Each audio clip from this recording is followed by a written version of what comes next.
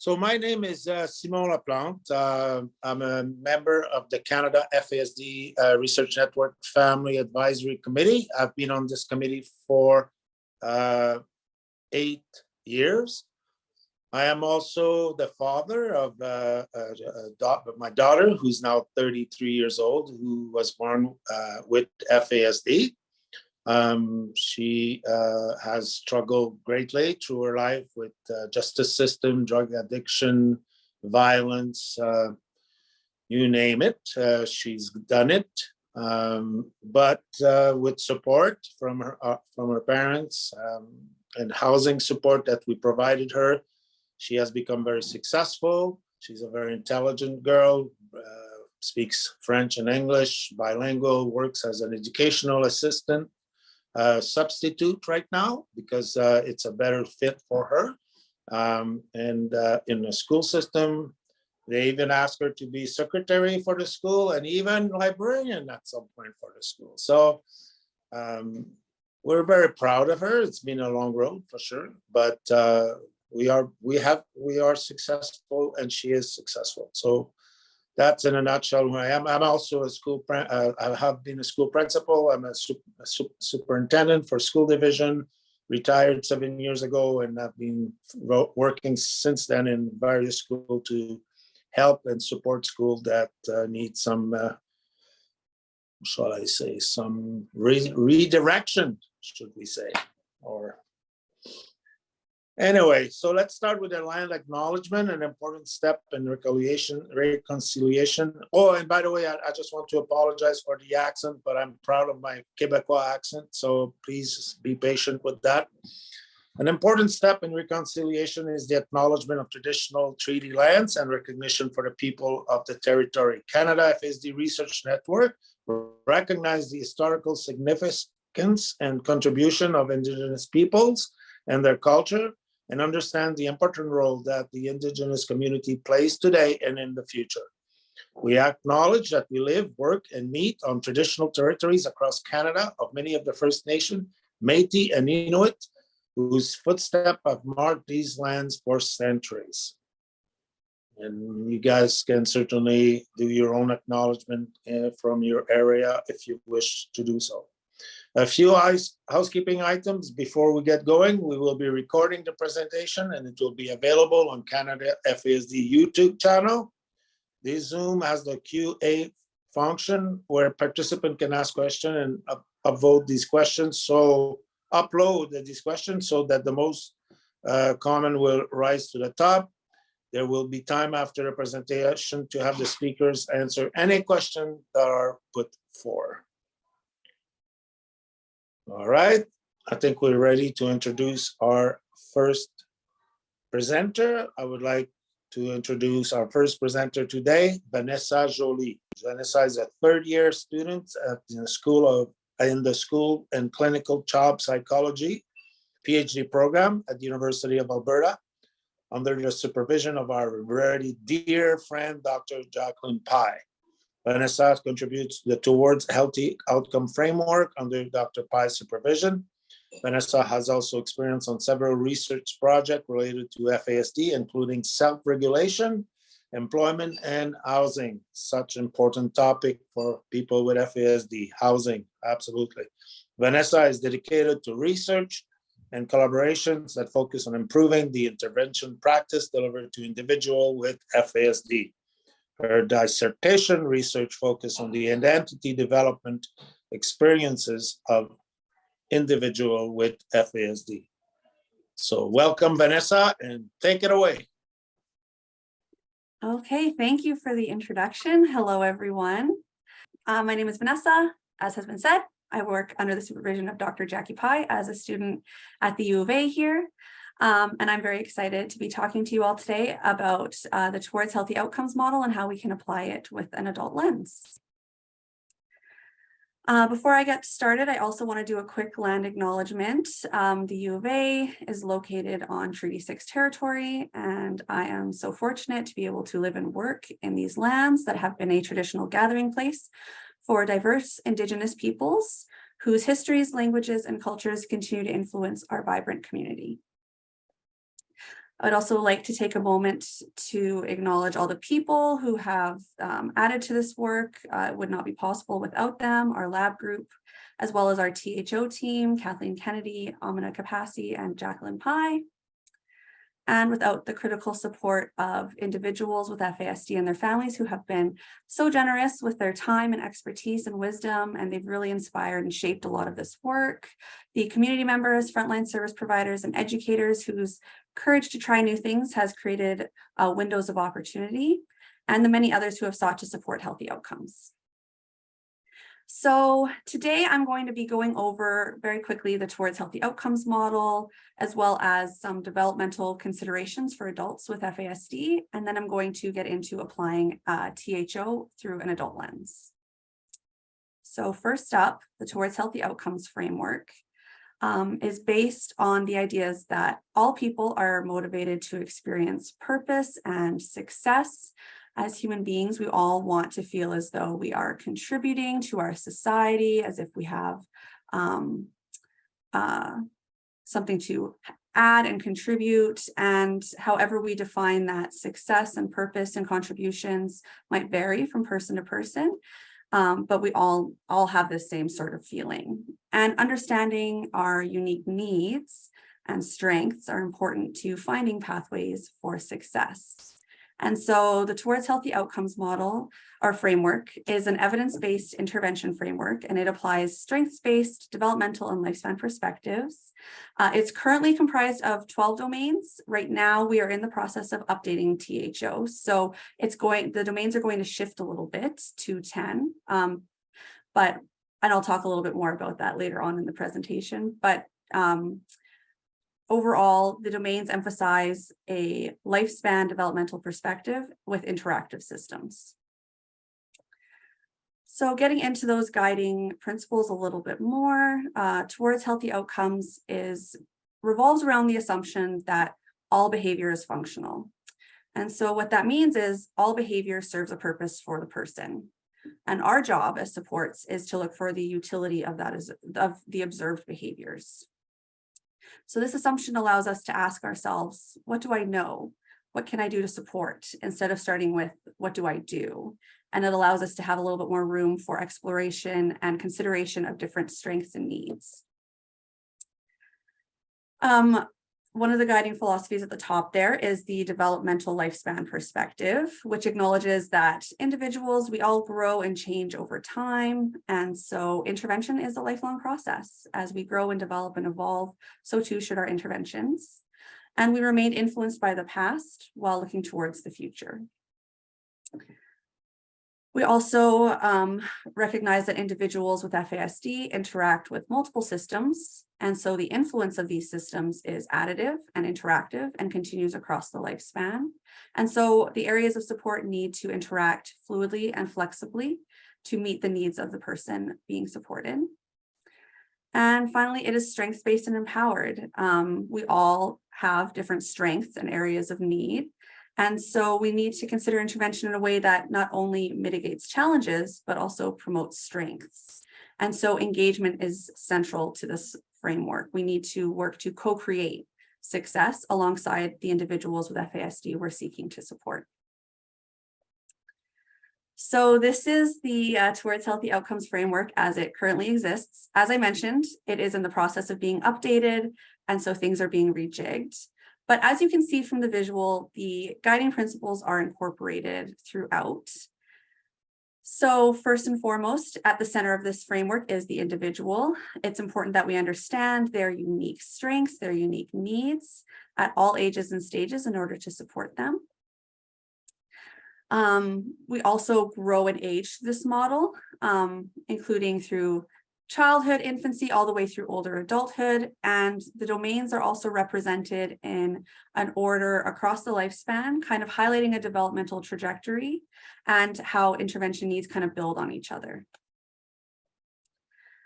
And finally, these layers of colors demonstrate that not only do we move through those developmental phases as we grow, but we remain influenced by our previous experiences, our previous development, and we continue to plan for the future and look towards the future. So the layers of color represent the cumulative impact and influence that the domains have on each other. So now I'm going to get into a little bit more about developmental considerations for adults with FASD. First, I'm going to describe a little bit what adulthood is. So adulthood is actually one of the longest developmental periods that we talk about, but sometimes it kind of gets overlooked within the research in favor of maybe younger ages. But that's not to say that important changes and development isn't happening in adulthood. If we break it down a little bit further, we can see that adulthood can be considered to be made up of 3 different phases.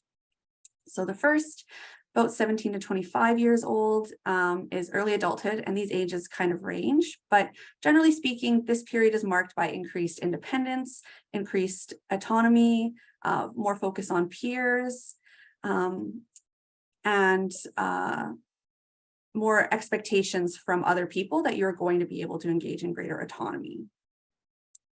Next, we have middle adulthood, which is generally considered 26 to 65 years-ish. And this period is marked by important changes in vocation, housing, social roles. And again, that expectation of increased autonomy and independence is still there. And then finally, we have 65 years plus, which is considered later adulthood. And this is marked by some real changes in reflection, changes to one's sense of self, as well as some physical and physiological changes as well.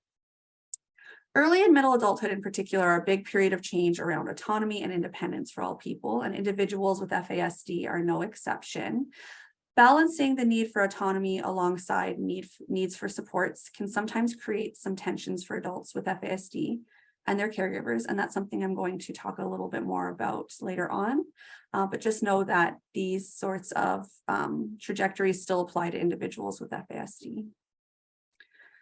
So these are some of the more broad adult developmental considerations.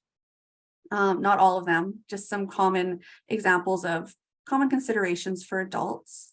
So as we can see, we have interpersonal relationships, change, we transition from living in the familial setting to independently or with a romantic partner or peers. Our peer group changes, the introduction of colleagues potentially, all those sorts of things.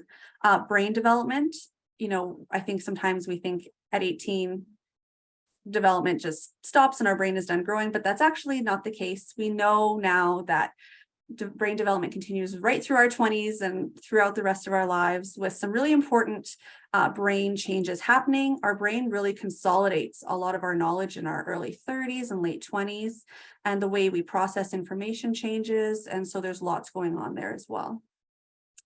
As I've mentioned, independence, that's a big theme in adulthood, decision-making, autonomy, a greater sense of responsibility, and finally, physical changes. So changes to mobility, changes to physical activity, sleep, all those sorts of things. Oops. And so for adults with FASD, these considerations are the same, but perhaps there are slightly different considerations as well. So the way we apply them is a little bit different. So in terms of the physiological changes that occur throughout early, middle, and later adulthood, an adult at 20 is going to require more sleep than an adult at 60. And these things can also change for mobility, similarly to the onset of maybe new physical health conditions. All these sorts of physiological changes occur. Sorry, Simon, I saw your camera pop on. Did you want to say something? No, keep going. Oh, okay, sorry. There are also changes in expectations around roles and relationships, as well as autonomy and independence. So we are expected to engage in different relationships, but for people with FASD, this could also look like changes in caregiving systems, changes in organizations that you're working with, or support of others. And then similarly, increased reflection and insight. And so it's important that caregivers understand the brain-based differences in adults with FASD, alongside their unique strengths when we're providing appropriate supports. So back to THO. So when we talk about the Towards Healthy Outcomes framework, sometimes even in myself, I notice I tend to focus on these later domains for adults, adaptive functioning, housing, particularly employment and parenting as well. But it's really important to acknowledge that these domains all are relevant in adulthood and continue to evolve and change as we grow. And so I'm going to provide now some examples of how we can look at these earlier domains in adulthood, as well as how some of these domains are being rejigged in our updated THO. So first here is physical well-being. This is the physical health domain. We are just taking more of a overall well-being perspective with the change in the title here with the new THO. But basically, physical health is important to consider throughout the lifespan. Our physical functioning, our physiological needs continue to evolve as we grow throughout the lifespan. The physical health of a 20-year-old and their needs are likely going to be different than a 40-year-old or a 60-year-old or even an 80-year-old adult. So there's lots of variation and changes that can happen throughout adulthood. And adults with FASD continue to experience physical growth and development that can impact their overall functioning. So the onset of new health conditions. We know individuals with FASD can experience the onset of physical health conditions at an earlier age than is typically expected. And this is also true of adults. So it's important that we continue to monitor physical health. Changes in sleep patterns. For example, a 20-year-old needs more sleep than like a 6-year-old, as I said previously. And alterations to physical activity that can also lead to differences in mobility needs. So monitoring physical health throughout adulthood is important to supporting functioning. It's really hard to do other things if our physical health is not as well supported as it could be. You know, if we're feeling sick, it's hard to go to work. If we're feeling tired, it's hard to focus. And so those sorts of things still apply throughout the lifespan and adulthood. And so it's important that we monitor the physical functioning of the people we're supporting. Next is the attachment and relationships. So this domain is kind of a rejig of some of the other domains that we have in THO, and it's really focused on the importance of early attachment and how those attachment experiences influence our relationships throughout the rest of our lives. And in adulthood, this still applies. Adults are actually really expected to manage a lot of different relationships, from coworkers to family members, to maybe having your own children, family, friends. So adults are expected to navigate these relationships using skills related to communication, cooperation, and understanding social cues. And sometimes we tend to focus on these sorts of social skills more so in childhood and adolescence, and we just expect adults to be able to do these things flawlessly. But that's not the case for anybody, including individuals with FASD. We all still need guidance and support around our relationships, our communication, how we cooperate, how we read social situations. And so making sure that we're tuned in to the ways that these skills develop and how maybe they might still need supports in adulthood can inform development in other domains as well. So for example, how you have relationships with other people can inform the type of employment you seek, and also your relationships with the people at where you work. Same with housing, maintaining relationships with landlords, we have learned is pretty important, and parenting as well. So all these later domains are really influenced by this attachment and relationship area, and it is important that we continue to monitor them because they inform our functioning kind of in later domains as well.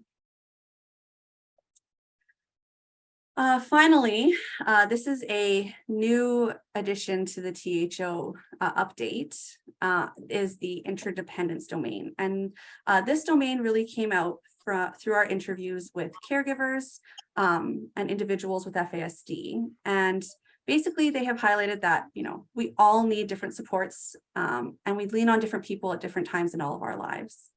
So for example, I need my optometrist to monitor my eyesight and make sure my glasses are still working for me. I can't do that by myself.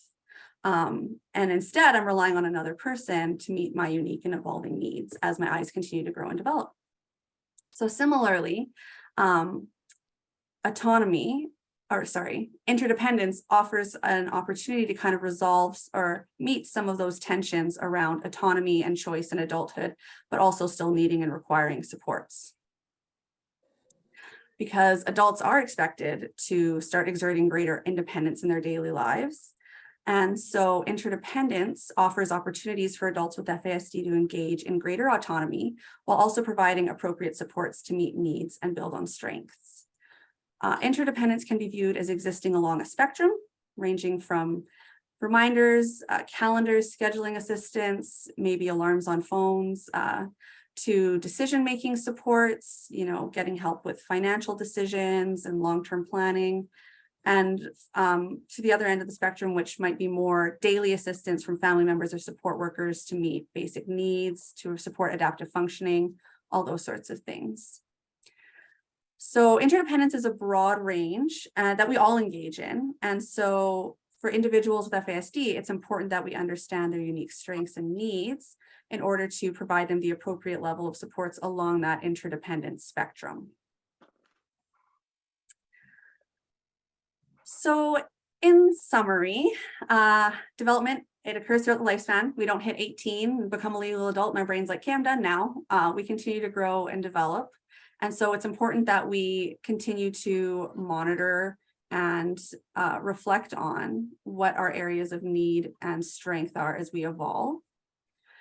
Every adult with FASD has unique strengths and needs, and it's important that we acknowledge and support strengths and plan for interventions that don't just mitigate needs, but also build on strengths. And all THO domains are relevant when planning supports for adults with FASD. And there will be some changes coming to the THO. But thank you all for listening. My email is here for those who want to get in touch if you have any other questions. And I'd also like to acknowledge that the slide template was created by SlidesGo. Thanks. All right, thank you, Vanessa. Participant, please keep posting questions in the Q&A. Because at the end of the second presentation, we will have 10 minutes to try answer most of your question. Vanessa, I was happy to find out that I'm still in the second phase of adulthood. Although sometimes I feel I'm in the third or fourth phase. If there's a fourth phase, I don't know, but who knows? Thank you. Yeah, no problem. And those ages are pretty loosey-goose, but it's just meant to demonstrate that development does continue well into adulthood and important changes are still happening. Perfect. And I can put my email in the chat, yes. All right. Thank you, Vanessa. Now I would like to introduce our second presenter, Maria Deloche. Maria is an LPN, a family educator, and is certified in reality therapy. She works as a foster parent where she learned about FASD in the trenches. She has offered prenatal and parenting program for 15 years and has been with the NBFASD Center of Excellence for 7 years. So Maria, maybe you can tell us what the NBFASD means before we start. Take it away. It's into my presentation. Thank you so much. Thank you so much for having us here to this presentation, to this important presentation. I have with me Tanya Walsh, who is kind of going to co-facilitate with me just to help me to keep on task. So our objectives today is to do some introduction of who we are and what we do, and give you a platform for all of you to find out what we do here in New Brunswick, and hope to give you a few tips to help you with your clients and with your province as well. We are the New Brunswick FASD Center of Excellence. So here we are, and this is what we do. We offer a bilingual program here in New Brunswick, and I think, and anyone can correct me if I'm wrong, I think we are the only center of excellence that offers a French service in Canada. So a lot of our resources we have had to have translated or developed for our province. We offer prevention in the way that we provide education to schools or any organization that we can. We've gone to high schools to really do some prevention. We've had wine festivals where we've had a table serving non-alcoholic drinks, again, to provide education, anything that we can think of, and we are quite resourceful. We offer a diagnosis to all children under 19 years of age so far. We need the referral to be brought to our center before 19 years, and then we can give diagnosis to until they're 21. We do 24 diagnoses a year, but we are increasing our diagnostic capacity because our team is building, because of the importance. It's like we've opened kind of the floodgates. We started gently, but we're going strong. We offer intervention and support. We offer education training, and we do individualized training where we are developing tools to help people understand the 10 brain domains and how to work best with our clients with FASD. We're building capacity. We are the subject matter expert for our province, and the diagnosis of FASD is conducted by a multidisciplinary team, and I will explain that in a minute. We have 5 regions in our province that have regional coordinators. So we are across the province of New Brunswick in coordinators. Our full team consists of our provincial program manager. We have a clinical navigator who does all of the pre-work from the referral to all of the collection, medical, and everything until the child is on the list to come to clinic. And then they are transferred to us, the community coordinators. So far, we are 6. We have 2 Aboriginal liaisons. We have 2 admin assistants. We have 1 medical director. We have an occupational therapist full-time, a psychologist full-time, a speech and language pathologist full-time. We also have 2 OTs on contract, 1 psychologist on contract, and an OT, speech and language pathologist on contract. We also have a quality assurance training continuing professional development coordinator, which has started not long ago, but she's very seasoned. And we have 2 pediatricians on our team and a family doctor. So here is where we are. This is our little province of New Brunswick. I, myself, and another regional coordinator are located in Moncton, which is where our clinic is held so far. We have 2 coordinators in St. John. We have 1, where did my cursor go? 1 in Fredericton, 1 that covers the whole North Peninsula, and we have 2 Aboriginal liaisons that cover the whole province. So we just put a slide here on what is FASD, and I will jump over that one. When we talk to our community partners or anywhere that we are doing education, we always like to talk about what we think, or the general public thinks, of everything that the neurotypical clients should know about. We also have, this was Diane Mulbin's information saying like how we expect certain people of a certain age to have access to transportation, be able to get and hold a job, all of those things. But the reality for clients living with FASD, they may be unable to do so, maybe unready developmentally, things like that. And we like to talk about that when we present because it helps to kind of shift and understand and to do that paradigm shift. So we talk about adapting the environment, like Vanessa said so well. And we talk about the screen because we want them to really think about, like Vanessa was saying, how we can adapt the services. So our realities in New Brunswick were unmet communication, education, and sensory needs. we had a lot of programs that would have the parents being asked to access parenting classes before they could access the service. And we know that parenting classes is more is developed for more neurotypical model of parenting. Caregivers being ignored, blamed, or refused services because the children didn't meet criteria because they didn't know how to work with our clients. And the system's focusing on independence and that quick fix of once the child is doing better, removing the service, as I'm sure you're all aware of. The struggle is real. So we know that mental health challenges have increased since COVID, and that's for everybody, not just our clients with FASD or their families. Drinking has increased, services are over capacity, families are breaking down, businesses and services vary depending on the region. Programs are being closed, and of course, the stigma and lack of knowledge surrounding FASD. But there is hope. So what we have done in our province, we have a really good program manager that was understanding and knew that in order to help our clients and their families, we had to be flexible. So what we do, whoops, I'm going ahead of myself, creating a safe place with no time restrictions. And that's why I'm struggling today, 20 minutes when I have so much to say, and I usually like to talk a lot.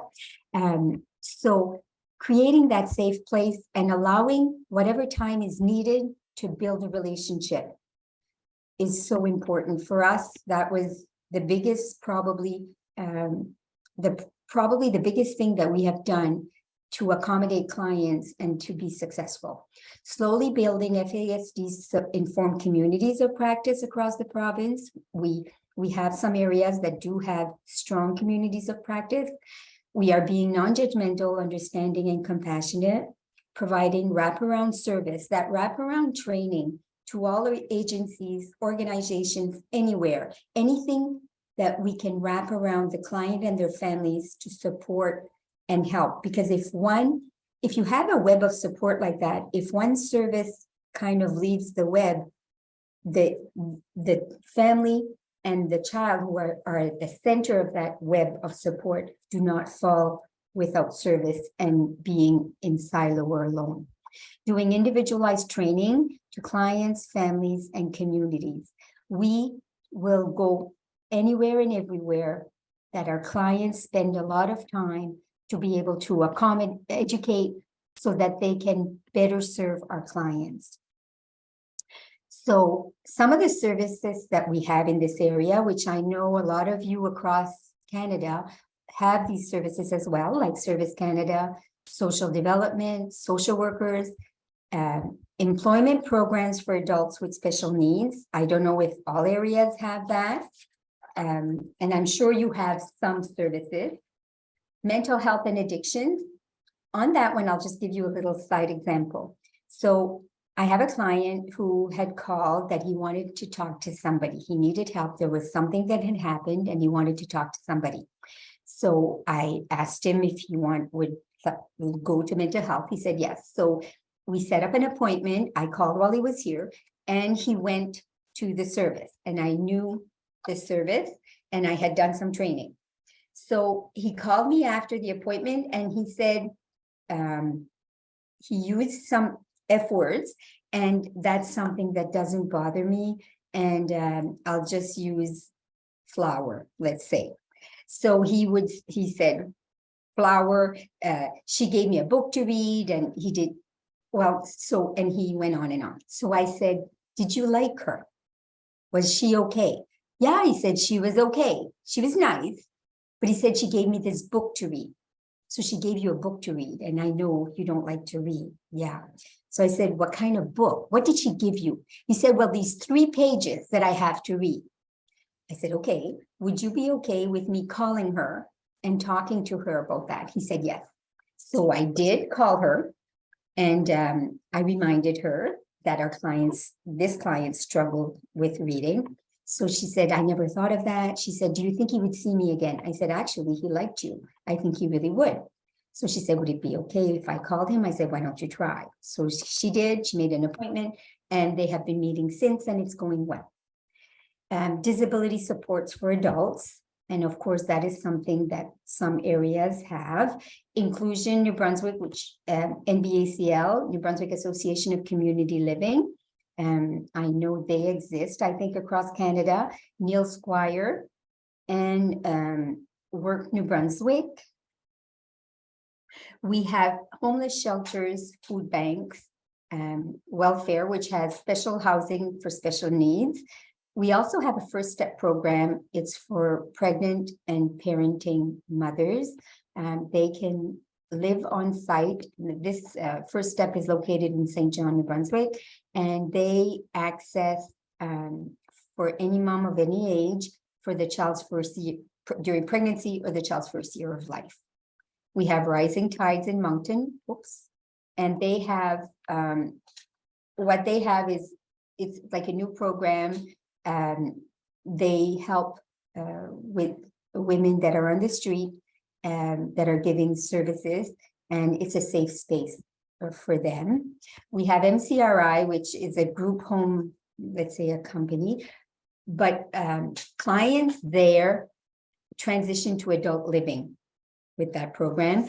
And they can also apply for the adult living from outside of that group home company, MCRI. We have resource centers for adults across the province. So resource centers, family resource centers where families can access those services as well.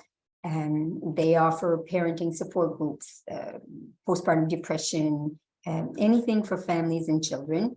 Adult protection program, parole officers, public safety and justice usually join our, when we are supporting a client, that web of service again, just in case, or if we have challenges, we put them on board. We have First Nations supports as well. So of course, the special housing and special needs program, First Nations health centers, First Nations friendship centers. We have restorative justice, which is the program that I was a part of as well. And I think that exists pretty much, I think, across Canada. It's a good way for youth that deal with the judicial justice system, and that restorative justice. Aboriginal suicide prevention programs, education First Nations enhancement programs, and First Nations GED programs. Now I'm going to talk to you about some of my clients. I'm just going to look at my notes because I don't want to forget anybody. I have a girl who I'll call a lady who I'll call Patsy. She came from another province. She had been dealing with the judicial system for a very long time. Because in our province now they know we are there, one of the prisons had called me to go visit Patsy because she has a diagnosis of FASD. So I met with her and she was going to be released in New Brunswick. And so I kind of became a link for her for services in the province.